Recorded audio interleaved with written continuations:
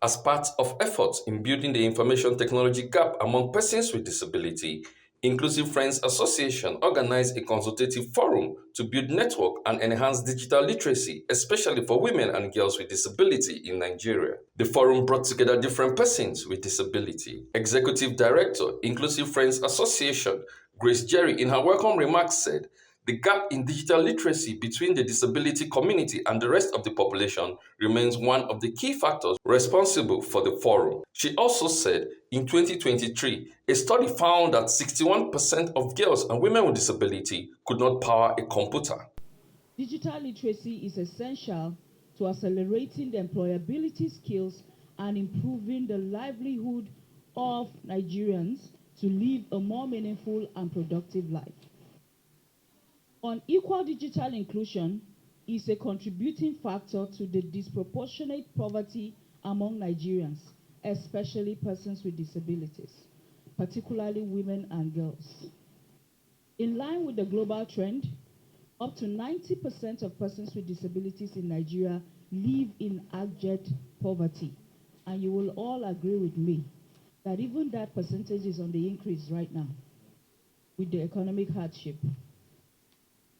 Although disability rights laws and policies now exist at the national level, and in some states with disability agencies set up across these jurisdictions, there are still significant inclusivity and accessibility gaps, which must be filled to improve the quality of life of persons with disabilities.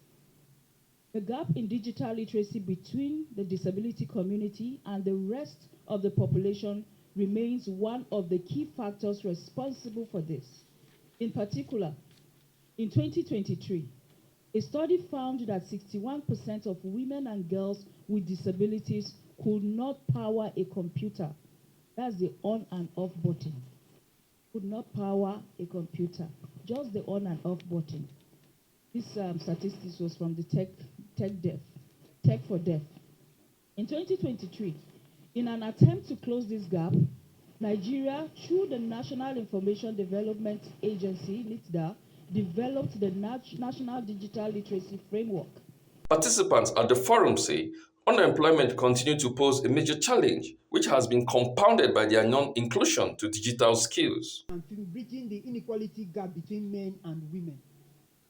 They forget that there's another demographic that has even the men and women that, in it as well. So the fact that these five objectives rather, there is nowhere where it was mentioned persons with disabilities expressly. So that tells us that when these people were working on this document, something was wrong. There was something that they did not do, which if they had done, then the community of persons with disabilities would have been properly captured in this place. So what was that thing they did not do? What did NITDA not do when they were working on this framework, when they were developing this framework? Having knowledge on digital technologies is very, very crucial. You see, in Nigeria today, many of us, especially those with disability, we are one of the most marginalized persons. When it comes to digital literacy, for me, it means empowerment. It means self-sufficiency. You see, the world has gone global. It is no longer how it used to be. Women and girls with disability needs to be deeply involved in digital literacy, as this can open doors of opportunity, employment in their entrepreneurial spaces, in their business places, in their, wherever they find themselves. Women and girls with disability needs to undergo digital literacy that will open doors for them. It is no longer how it used to be. Life has evolved, and people like me that are persons with disability needs to be carried along, as this will help them to better equip themselves and become better persons tomorrow. The importance of programs like this, or the impact that technology will have on girls and women with disability, is so much. so much. For instance, I'll take myself for instance, I work remotely because I'm so scared of the crowd. So because I am a computer literate, very, very literate when it comes to computer. So I work from the comfort of my home. I work for foreign companies from the comfort of my home. I can even decide to maybe